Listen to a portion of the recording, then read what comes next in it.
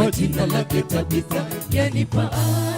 Aliyejawa matendo mema na sadaka alizotoa kwa wahitaji. Hata siku zile akaugua akafa, mji wa Lida ukajawa simanzi. Wajane walilia sana wakamsihi Petro, njoo umfufue. Na mwanafunzi mmoja alikuwa Kayafa, jina lake Tabitha yanipa. Aliyejawa matendo mema na sadaka alizotoa kwa wahitaji. Hata siku zile akaugua akafa, mji wa Lida ukajawa simanzi. Wajane walilia sana wakamsihi Petro, njoo umfufue. Bwana amekuchagua wewe kupitia mali zako na wengine wanufaike. Wakujiliapo uwasitiri, tabasamu lako liwavute kwake Yesu.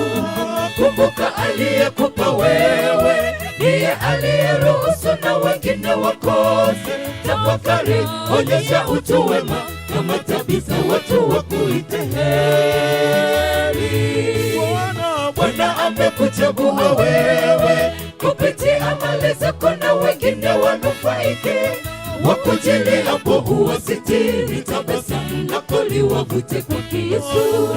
Kumbuka aliyekupa wewe ndiye aliyeruhusu na wengine wakose.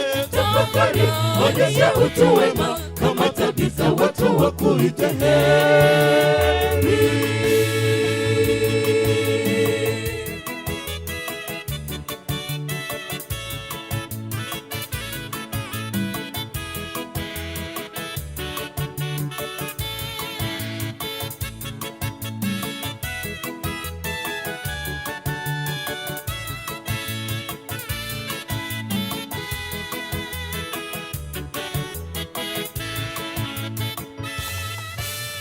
Ndipo Daudi akasema, je, hajasalia mtu mmoja nyumbani mwa Sauli nipate kumtendea mema kwa ajili ya wema wangu kwa Yonathani?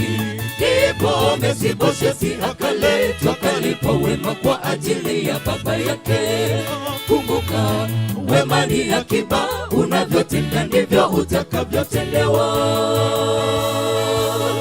Ndipo Daudi akasema, je, hajasalia mtu mmoja nyumbani mwa Sauli nipate kumtendea mema kwa ajili ya wema wangu kwa Yonathani?